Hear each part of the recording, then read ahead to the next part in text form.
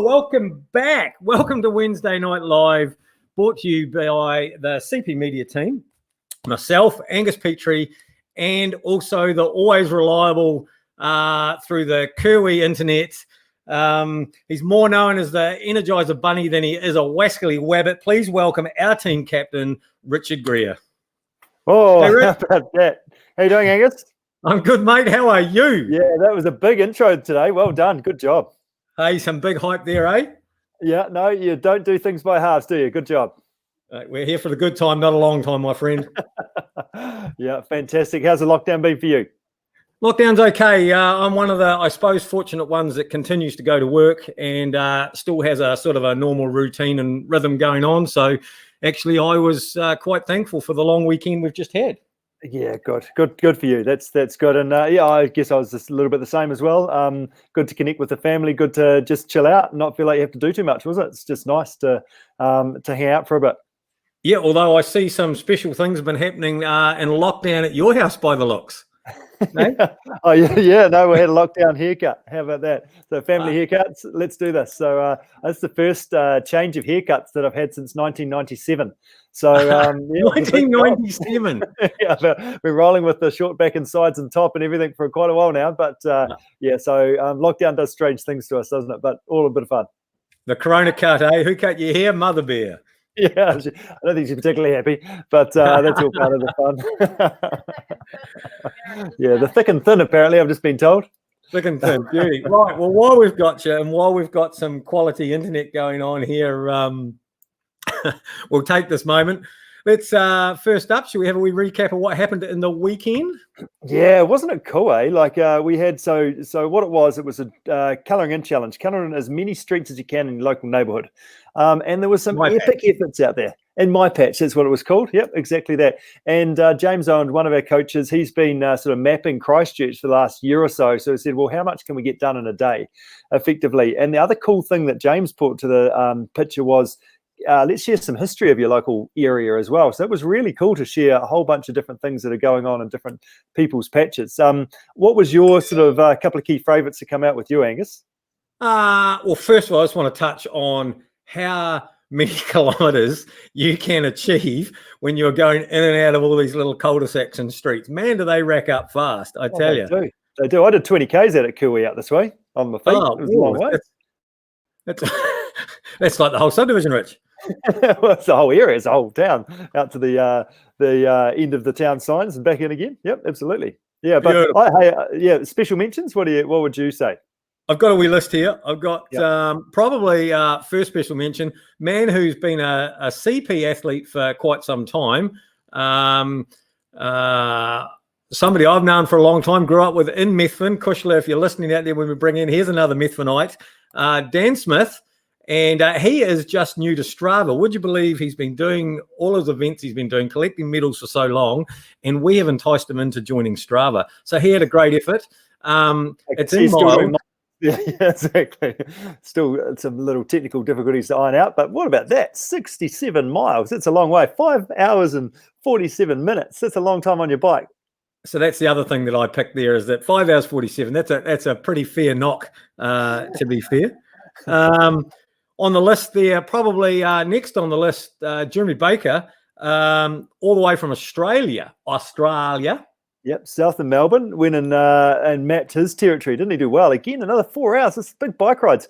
The last couple of weeks, this is our third challenge we've done. It's kind of lent itself to a bit more running on foot. But this week was really actually a whole bunch of bikers come out to play, didn't they? And they did. That was probably sorry. And did some distance. And yeah, really went to town. This one here. Again, he's got a great backyard to play in, but Robert Snoop, here, big shout out to you. 1,029 metres covering your streets of Taylor's Mistake there.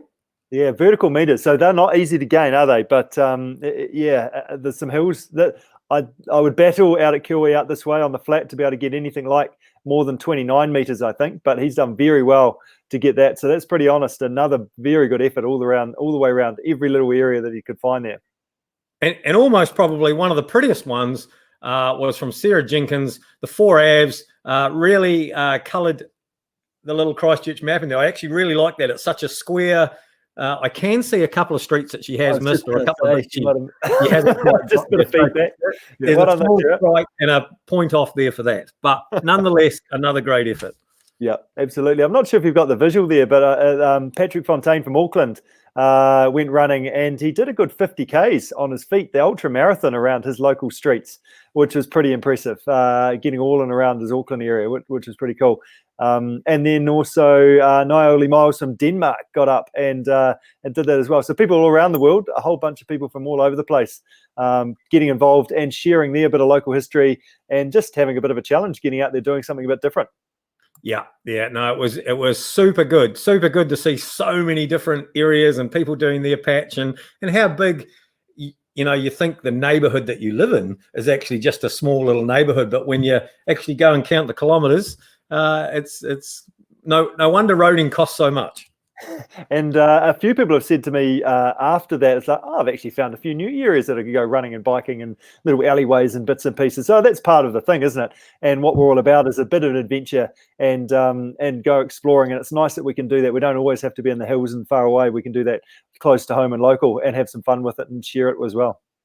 Yeah, I think we were pretty lucky. That was for all intents and purposes that we're in lockdown mode. It was a long weekend, Easter. We got some cracking weather to encourage some people to get out and actually enjoy the Easter weather, put some decent kilometres under their belt, but actually stay local and abide by all the rules. I think we all did exceptionally well.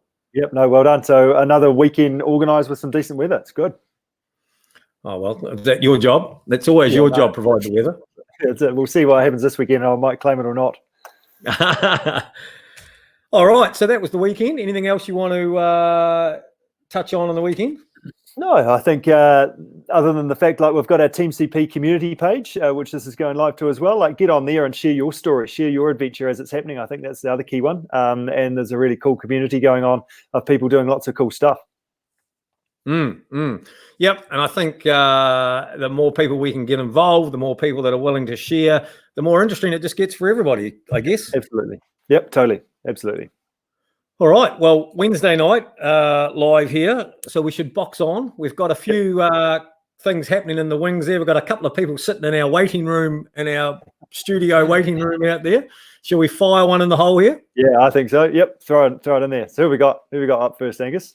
Well, I think we'll go techie. We'll get all techie and geeky again. And luckily for me, I've been actually doing some research on the subject this week. So I want to bring forward my research first, but let's bring back Cushla Holdaway. She joined us last week. This week, we're going to talk zinc.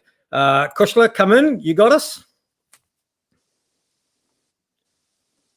Techie Diff, you there, Cushla? No, why not? Cushla, come on in. Come in. Don't stand us up now. You're all picture, no sound. Does that mean we leave it for later? I see she did again. All right, so we roll one out. That's awkward, isn't it? We're not very good with this technology stuff, are we? We'll just pretend that she didn't want to be involved. Okay, so all right. Let's. There's nothing better than a live broadcast, is there, really, in all honesty? There's nothing better. No, that's good.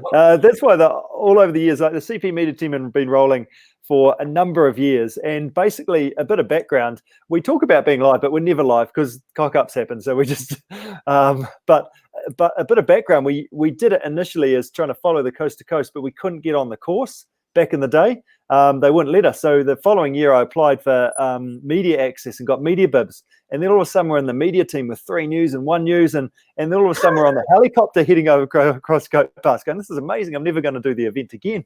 And then Robin Jacobs was giving us, or probably shouldn't say this too loud, but this is how it happened. And then all of a sudden, we're getting free scones and a burger and stuff like that because you're part of the media. And hey, we're cheering people on and being involved. So the CP Media team have come a long way. And working on the technology as we go. It's all part of it. Well, haven't we developed? But I think we've still got a slightly little bit more development to go. But that's okay. We've got plenty of Wednesdays ahead of us, Richard, to get this right. We've got an untold amount of Wednesdays. That's right. Should we go to our next guest? Yep, let's roll. Okay, so new section, new program. So we're rolling new sections as we go. A little section, Rich, you want to call? Yeah, Athlete of the Week, we want to profile and share our team members. So we've got a whole bunch of different people doing all sorts of cool stuff at all different levels, from people sort of at the pointy end through to people that are seeing if they can, through to doing lots of great big exciting adventures, balancing life, all that sort of stuff. So across this, I guess, segment over the next few, going forward, we just want to share some of the different people we've got and some of their story. All right. Well, tonight, Richard, I give you Come In Holly. Can you hear me? Oh, yes. Yes. Look at that. How about that? Works. That's good. Cool. Holly Weston, welcome. Thank you. Yeah, excited to be here. So, Holly, a bit of background first of all. So, you've had an awesome coast to coast, I guess, just been, but it's not the first thing that you've done in terms of doing the coast to coast longest day. Give us a little bit of background in terms of before that. So actually, just before I do that, so coast to coast longest day, you had an epic day out, top 10. Where was your actual placing? What did you finish up as? 7th. 7th. Yeah. So awesome. So amazing. So take us back before that. When did you actually get into multisport? What was happening before that? Give us a bit of a timeline. I think it was about the end of 2018. I did, so September it would have been, Spring Challenge, and then following that was kind of the thing that kicked it all off. And then I did Red Bull Defiance the following year, and then the next big thing really was the longest day in between, with lots of little events in the middle. But yeah, probably Red Bull Defiance was the big one, 2019. Yes, yeah, and as part of that same year, you went and did the coast to coast team as a runner, I think, was it? Is that right? Yeah, I think it was maybe only 3 weeks after, the way that the dates work. So I was in the team, the run, and then the final bike. So good way to get to know the event itself, but nothing quite like the longest day when you're doing the whole thing in one day, obviously. Yeah, that's right. So in terms of your training, like, you improved a lot, didn't you? It was about learning some different skills, picking up paddling, all those sorts of things. And tell us a little bit about some of that training. What did you do? What are some of the key things that you did to prepare for that? Yeah, so I probably started training a year out, which sounds like a lot, but by training, I mean learning to kayak was the big thing. I did my grade 2 super early with Top Sport and got out there so that I could kayak all winter. And also still biking and running, but not really like the same level, not ramping it up like you would a couple of months before the event. Falling out of the kayak lots, getting to know the river, that sort of thing. So it's a pretty full-on year, just ticking over lots of adventures until we got to 3 months or so out, I'd say. You'd probably know better than me, but spring, then we started to get onto the course, be more specific. That took up quite a lot of time. Most of the weekends, sometimes we do what you call the double, so run Goats Pass and then go kayak in the same day. So those would be quite full-on weeks, especially the weekend. So I'd do, like, let's say 6 hours-ish plus a day on the Saturday and Sunday, and then it was a matter of recovering through the week, going to that cycle session on a Wednesday night, a little bit of high intensity, but pretty much just getting ready for the next weekend. That's right. Did you ever feel, amongst, like, doing the longest day was a big jump from what you'd done, did you ever feel that, like, oh my God, what have I got myself in for, and can I actually do this? Yeah, I think I was probably a little bit of a nightmare, to be honest. I was always like, why am I not training more? I need to do more hours. And you were like, no, stop. So it was quite hard to trust the process. I was just always wanting to go out there and get more under the belt, because I had no idea how hard it was going to be, what you're in for. But at the end of the day, it's all about, like you say all the time, quality training, not quantity. And it did show on the day. Like, I felt fresh and ready to go, and wasn't absolutely over the process. I really enjoyed the training and getting out on the course. Such a cool course to train on. Like, you're not running around a track. You're out in some of New Zealand's most stunning scenery. Yep, absolutely. And in terms of that training, and so you come from kayaking, and so really we're learning that and getting underway, and putting in, like, lining up for that longest day. Why did you decide the longest day? Why didn't you go, I'm going to do the 2 day? Why did you jump into such a big thing? I'm a little bit crazy, I guess. I quite like the big challenge, like doing something a little bit different. And when you're in this multi-sport community, it's really awesome. There's just so many people doing coast to coast, and coast to coast in perspective is a huge, huge achievement. But when you're surrounded by all these people doing the 2-day, I was like, let's just give the longest day a crack, see what happens, and did. Too hard to say no when you get in that environment of all that talk and all that hype. It's pretty easy to get carried away and put your name to something before thinking. Yeah, definitely. And I definitely do, but a bit of an outlier. I like to do something a bit random. So it seemed like the thing to do. Yeah, awesome. And I think one of the best things about you, Holly, is that you just give it everything, and go hard and enjoy a bit of banter along the way and a bit of friendly competition, which is pretty awesome as well. So how did you cope with that on race day? Like, there's always a bit of talk around the place, isn't it? Like, oh, Holly, you'll do well, or some people aren't saying that you do very well at all. And how did you deal with that mentally across the course of the day for you? It doesn't matter on the day. Once you get there, you're just doing it, and you don't really care. But before that, it was pretty full on. I've never been in that sort of state. I think it was the night before. I think my support crew can probably attest to this. I was just sullen, completely silent. It was really quite a bizarre experience because it had evolved when I first talked to you about signing up. It was really just, can we complete it? And then as we went on, it was like, oh, like there's a potential here that I should probably try for top 10. But I didn't know if I could. We didn't know if I could. And I kind of put the pressure on myself, I guess. And I thought, if I fail, am I going to be gutted, even though actually achieving this, like completing it, is amazing? So I really didn't want that to be a thing. So yeah, that night before was huge. And then as soon as you leave the beach, you're like, I'm just doing it now. You just got to keep going. Simple by then. How did you deal with that? What did you do? Or did you just try and distract yourself? What did you do that night before? We went to the beach, which was really nice. And I had quite a big crew. I think there were 4 or 5 of us. And I've got my one friend, Ali, who just talks and talks and talks and talks and talks. She just did her thing, talked about random stuff, nothing to do with coast to coast. She's not involved in multi-sport at all, and it was perfect. Yeah. Everybody has that one friend, Rich? Yeah, just can't fill them up. So you have to try and figure out a way to use them. Yeah, absolutely. And so, highlight of the day? Probably the kayak, to be honest. Like, I got to that point, I hadn't been able to eat all day. I was really sick. I'd cramped on the run, and I got to the kayak and I sat down and I just felt comfortable, and I was able to take on nutrition, and it wasn't this big scary thing anymore. It was like almost a relaxing stage. Yeah, and I was in a stable boat, and I had been down the gorge so many times that it wasn't, the rapids weren't scary, and I was like, this is relief. I'm almost done. Yep. Time to get into it, and nice to feel strong and confident in that part of the race as well. Yeah, exactly. And it was like the first time I've actually done that where I wasn't like, oh my gosh, when is this going to end? Because it's a really long paddle. Yeah, it takes forever, doesn't it? Especially since you've been going for 6-7 hours already. Yeah. Yeah, fantastic. And what's up next? Where's Holly off to now? So obviously achieved that and definitely achieved your goal. What's going on the horizon for you, Holly? Look, it's no surprise that I'm quite competitive. So ultimately, coast to coast is the holy grail.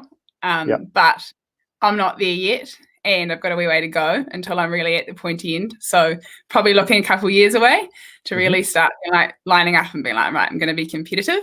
And what do you work on from here? What do you work on at the moment? Running, yeah. We did a bit of a comparison of my times compared to the girls that did win, and that running just sort of did the middle finger to me, like compared to the bike and the kayak was all fine, but it was probably 35 minutes slower. And even I did cramp, but even without the cramp, I wasn't going to be that much faster. So yeah, right now we're in a running block, which is awesome and good to feel a bit faster. And also with coast to coast, you also have to be a lot stronger. So that climbing up the rocks and things is just going to take time to build up those muscles. Yeah, brilliant. So get strong and get into the running and make that one of your strengths. So, okay, so that's sort of the holy grail. So the plan for the rest of the year, what have you got? Just keep things interesting for you, because I don't want it to be easy. Chucked God's in there. That's what I want to hear. That's what I want to hear. Let's get down and talk God Zone. I'm all in for that. You said, longest day is a long day, but shit, you're now talking. You've gone from, 1 day to 5 or more. Yeah, and still signed up for Longest Day, so not much recovery for that either. Yeah. So is God's Own actually? It's there. Just it's another challenge. It's bigger again. Is it just to go? Can I? To see if I can. How do I cope in that situation? Is that where your motivation is for that? I hope they're all in the same thing. Like it's all that endurance multi-sport. I'm hoping they're not separate concepts that you can only do one or the other. And I think the likes of Simone and Emily, they do them both and they do them well. So I'm not going out there just to see if I can complete it. Like I'm going out there to be competitive as well and seeing if I can do as best as I can at that. I don't know. Yes, Coast is the big thing, but they're all kind of things you tick off as lifetime achievements, and it's cool to be in a position where you kind of can give them a crack as well. Yeah. So there's two really big goals going there, all in the 1 year, not far after each other. And I guess for the seasoned athletes, that's what they do. I get that. For yourself going in there, and there's a lot of training goes into God's Own. There's a lot of cost. There's a lot of everything goes into that. Does that then mean the mentality going to Coast is a risk management mentality to make sure that you get through the day so that you can carry on to the next block of your life that you've committed to? Or is it a straight up Coast is now, it's all in here now, and we'll deal with what comes of anything if it happens afterwards? I think with Coast, part of me is going to be a bit sensible. Like it might just be an experienced run next year. But then saying that, I don't stand on many lines and just have an experienced run. So if I'm going to be in the peak form, then we'll give it a crack, try to do both. If not, that's fine. God's Own probably went well, and then I'm sure I'll learn stuff from the next Coast, however it works out. Just getting on that course, doing it, putting yourself in that position. Like the cramping that I got in the run came down to a lot that I've never pushed my body that hard. So you go from that bike ride where you think you're feeling good, and then suddenly you're out the gates running. So just being able to do that more often is probably going to hopefully condition those muscles eventually to be able to do it comfortably. And every time you turn up, you learn something new, whatever that is anyway, don't you? So it'll be a learning experience, but who knows? Go and give it a crack and see what happens. Yeah, it feels like quite a while away now. Hopefully it's on. Yeah, exactly. Nice. And just a sort of a bit of background in terms of what else does Holly do in her life? What else is she up to? What do you do for a job, et cetera, et cetera? Not a lot, mostly multi-sport. Yeah, exactly. And support team, who's in the background helping you out? I've got heaps of family, and pretty good support network. I'm a lawyer, so I actually do stuff outside of Coast and multi-sport, but don't think about much else, to be honest, these days. My boss might be watching this, so actually I work pretty hard.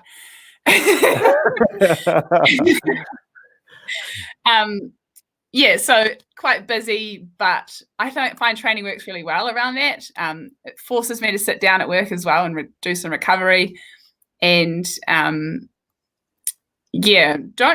wouldn't say I have too much going on, not much for social life. You don't get to have that with multisport, although I've got heaps of friends that do multisport now, luckily.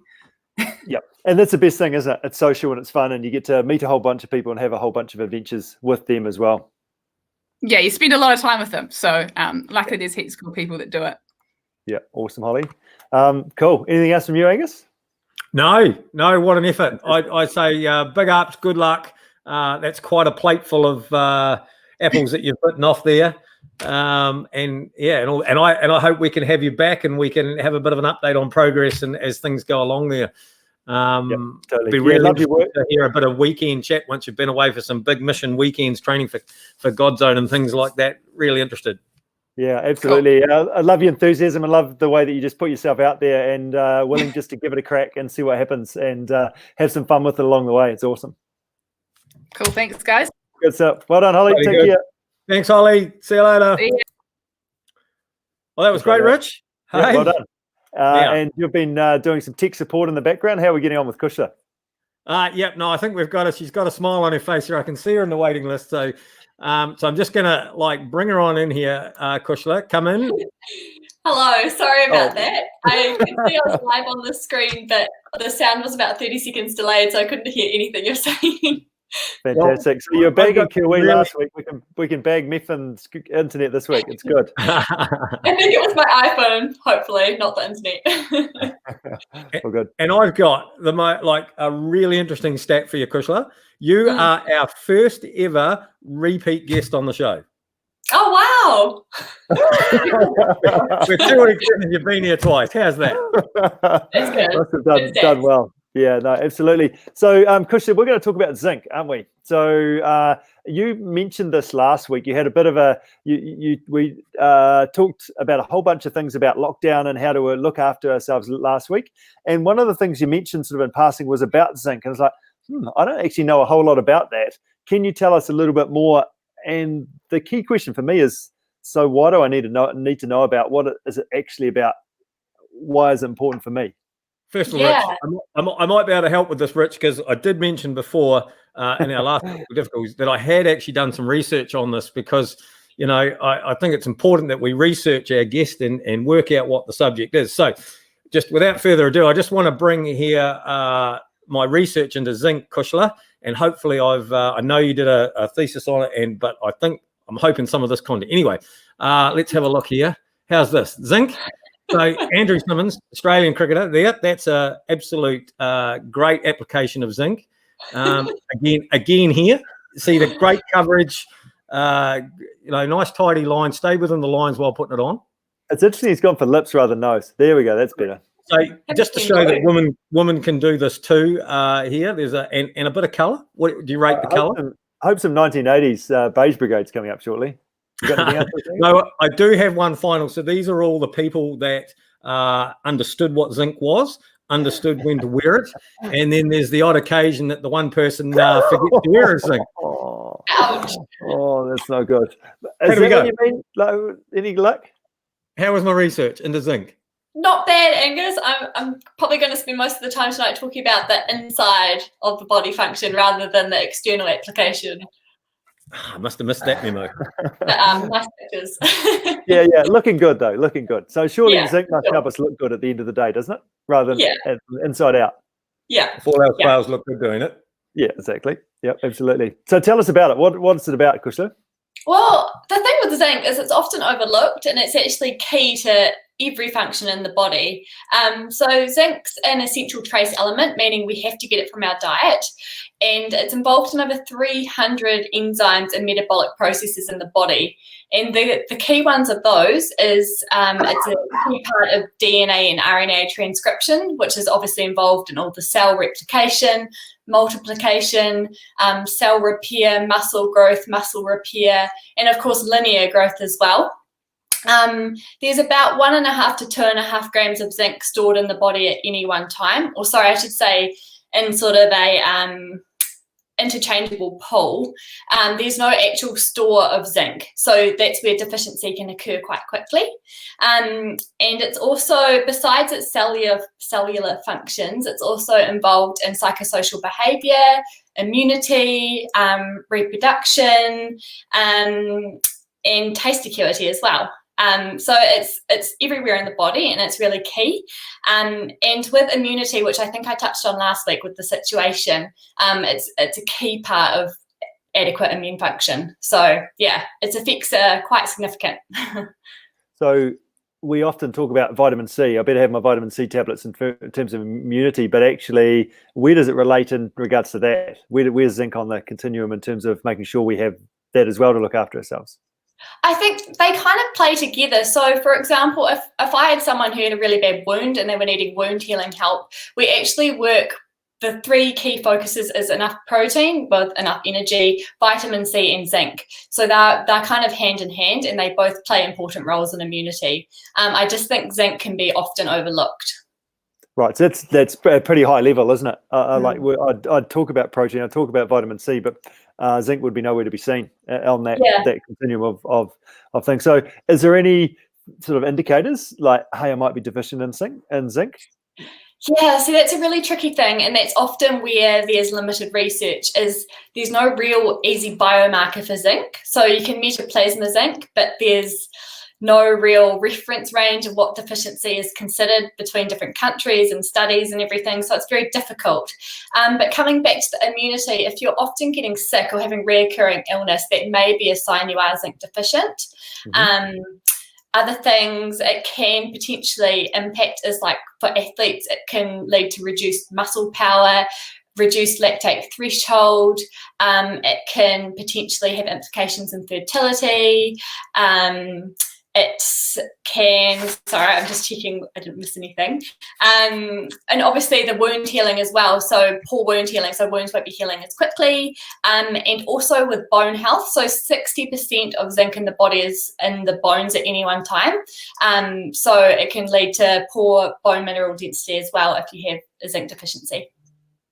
What's the best source? Where do I get it from? What do I need to do in regards to my diet and things? Should I be taking supplements of zinc? What happens there?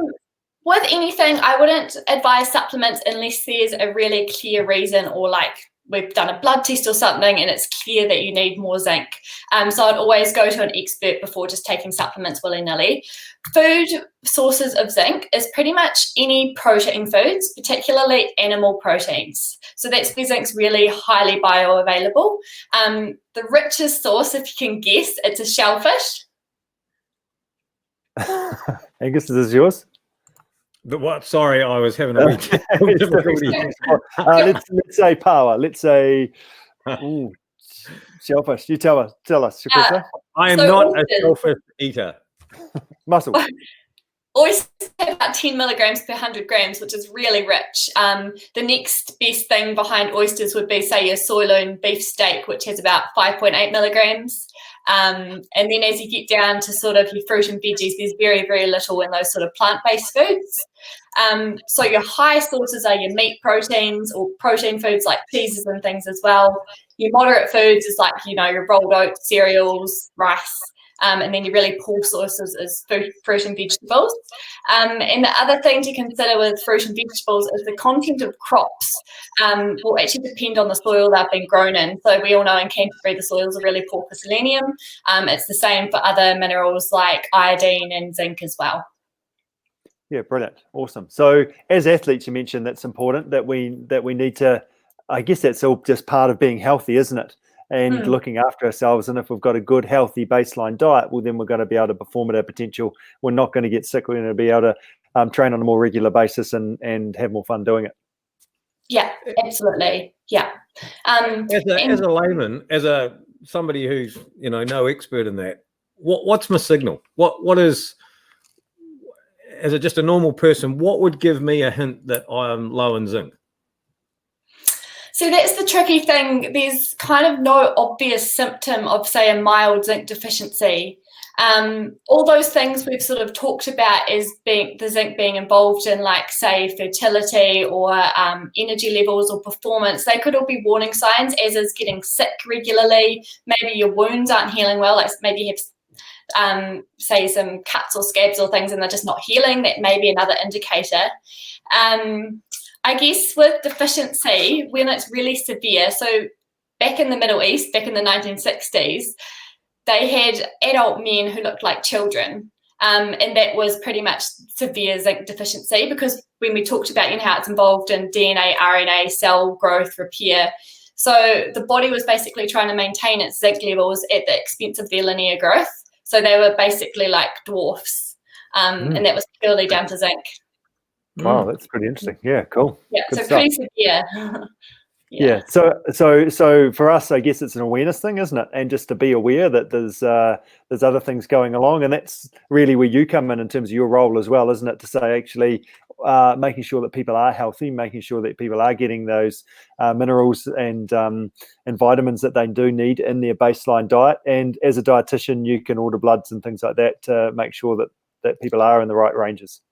Yeah. And although, like, you can't really test for zinc. Like I was saying, that's sort of a limiting factor with the zinc research, is you can test, say, for plasma zinc, but plasma zinc's 0.1% of all the zinc in the body. So it's a really poor indicator of what's actually going on. And with athletes, because they have increased plasma volume, often just because they have more more blood and they're fitter and everything like that. It often dilutes all those micronutrients as well. So trying to rely on that tiny percentage to reflect the actual zinc status isn't ideal either. Mm-hmm. Yeah, perfect. Awesome. Thanks for that, Cushla. That's really good and really valuable. Awesome. Is that all you wanted? Angus. I feel like we should have had more, Rich. I'm not sure we're prepared enough here for it. No, that's good. I think that no, for me that's brilliant, and it's, as I say, like, it's a really good awareness thing. It's a good part of the puzzle. And my key learning out of that was actually protein, vitamin C, and zinc, sort of on that same level in terms of making sure that you do stay healthy and your immune system is good and you are looking after yourself as best as you can. Yeah. And I guess just the key thing with athletes is they are at increased risk of deficiency because their losses are higher through sweat and urine, and their energy requirements are higher. So all those metabolic reactions are happening more. So they just need more zinc. And of course, if their diet's inadequate or if they're eating high carbohydrate foods, which is typical of athletes, those foods aren't necessarily high in zinc. And it does, if they're having enough energy, it doesn't mean their diet's nutrient dense either. So it's just important to be aware of athletes getting that nutrient density and also not being too restrictive with their food intake.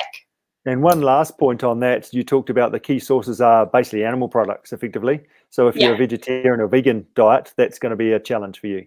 Yeah, so like if you're thinking worst case scenario, like a female ultra runner on a really restrictive vegan diet, then many alarm bells would be ringing there with multiple deficiencies. Yeah. So making sure that they're doing as best as they can, and that's when maybe supplementation comes into play as well. Exactly. Yeah. Brilliant. Awesome. Thanks heaps, Cushla. Thanks for your time. Thanks for your knowledge. Thanks for sharing. It's fantastic to have you sort of updating us and making sure that we're doing what we need to be doing. No worries at all. And sorry for my technical difficulties. No, you did well. We did well. That's right. We look forward to having you back, Cushla. Cool. Thanks, guys. Cool. Thanks, heaps. Take care. Yeah. Isn't it nice to have somebody with some intelligence, Rich? And someone actually knows what they're talking about. It's good, isn't it? Yeah. Don't forget, wear your zinc. Most important. Oh, that's nasty, isn't it? Yeah, no, brilliant. Well done, Angus. What's coming up this week? What do we got on the cards? So another challenge, another Saturday, another challenge, eh? That's what I take from that. And what are we doing this week? A potential of a day? Yeah, the potential of the day. This is the one that I've been really looking forward to over the last 2 or 3 weeks that I've found out about this. Eddie Fidel, who's a guy who's come over from Brisbane, actually. He did the race, the coast to coast with us. Then he come back and just on his own accord, I want to be part of his support crew. So he flew over and just joined us. And then this year I did the race as well. And part of the reason for me doing the coast to coast, and I was allowed to, was that Eddie was part of our support crew. Because he was just, get it done, Eddie. If you're not sure whether it's done or not, maybe I should do that. Eddie's already done it. But he shared this video with me. There's a guy, Bo Miles, in Australia. So if you haven't heard of him, look him up on YouTube. And he's done all sorts of different awesome videos. So Eddie shared this one to me, which has sort of helped us sort of bring this one around. So what he did was he went for a run. He ran a marathon over the course of 24 hours, a mile on the hour every hour. And then as part of that, in between that time, he did a whole bunch of jobs. So all sorts of things, from stitching your trousers to playing Scrabble with your wife to making a table to you name it, planting trees.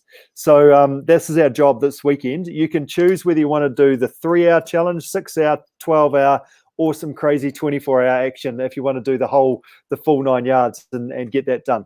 So, and then also document your journey on the way as well and see how you're going and sharing that. So if you're doing the 24 hours and you're up at 3 a.m, share what you're up to, because there'll be some other crazies out there doing that too. And documenting how far you run, bike, rollerblade, whatever, is just as important as documenting how many jobs you do and what those jobs were. Exactly. So set yourself a goal for a start. Get your whiteboard out, come up with a list. Maybe just get the wife to organize it for you for a start and see what you can actually get through. And then also say, okay, well, my challenge is I'm going to do a 10K. I'm going to do 30, 40, 50Ks on the bike around my lap, local to me, in my bubble, and just see what we can actually get done. Have some fun with it. Yeah, I think it's another great challenge, and it's been such a variety. So I'm super stoked that we're absolutely mixing it up and keeping it fresh each week, Rich. Otherwise, we started off with our 10,000 meter challenge in the backyard. We could have done 20 and then 30 this week. We could be doing 40,000 meters in the backyard. Oof. Yeah, exactly. So we need to be thankful for our opportunities and options here, don't we? That's what I'm saying. Thankful. I'm always thankful, Richard. Every time you set a challenge, I'm thankful. Yeah, absolutely. Cool. So yeah, looking forward to that. And so the key bit to this weekend is set your own challenge, set your targets, set some stuff that you want to do, have some fun with it, share it on our Team CP community Facebook page, and let's get into it. So just coming out of the comments here, Rachel Wells, I see, first of all, no to the 24-hour challenge. So that's quite a blank no. But followed up with 12 hours it is. So I think Rachel will hold you to that. 12 hours. Yep. It's live here on the CP Wednesday night live show. So everybody's seen it. Yeah, that's awesome. And you can choose your own start time as well. If it's a little bit rainy outside and you don't want to get out of bed straight away, you can start at 9, but that will have to mean that you finish at 9 as well. So make sure you get that done. And actually, just a quick shout out. We've also had a test run as well. George Roska, this last weekend, he's not available this weekend, so I said I'll get it done early, and he has already clicked off the 24-hour challenge, and he's done an ultra marathon in the making as well. He's got a whole bunch of jobs done, and well done, George, for getting started and underway a little bit early to show us that it can be done. Do you want to? I've got his list of jobs here. Do we want to? Yeah, what's he done? What do we got here? Mowed lawn, vacuum house, wash the dog, walk the dog twice, laundry, clean mum's car. Isn't that good? Sand back and paint the milk pail, fold laundry, prep vegetables for dinner, clean the garage, clean the workbench, break down the outdoor bench, check PO box, like it, wash the motorbike, catch up via FaceTime with the running family, and have a beer. How about that? That's so good. That's a fair list. Yeah, exactly. Across the course of 24 hours, he's done very, very well. So well done, and looking forward to hearing what you guys get up to and what your job list is well for the weekend. How are you shaping up, Angus? Well, I was pretty productive over Easter, actually, Rich. So I'm sure I can come up with something. Thankfully, I mean, watching TV is going to be a job. It'll be all have a beer, maybe times 3 or 4 at the bottom there. Write that down. And I'm actually watch episode 1, 2, 3, 4. Binge watching Netflix. Luckily, under these COVID times, I'm not actually allowed to go and volunteer at the Neighbours and do any of the Neighbours' jobs. No, so that's unfortunate. Gets me off the hook there. Right. Maybe you have to rake some leaves in the park across the way from you, or something like that. Don't talk about raking leaves, Richard. They disappear and they come back again just as fast. Get it done. Well done. Well, thanks everybody. Thanks for signing up. Thanks for joining us. Some good chat. Thanks, Angus, for doing the tech support for us tonight. And I think our Kiwi internet has done okay. Yeah, we've done good. In the end, we've got there. Sorry, we were a bit late starting. We did have to get the hamster on the wheel out there at Kiwi and get it turning. We will be back at 8:15 next Wednesday, every Wednesday. So tune in. Let's go and do something this weekend and tune back here next Wednesday, eh? Have an adventure. And thanks, team. Well done. Keep up the good work.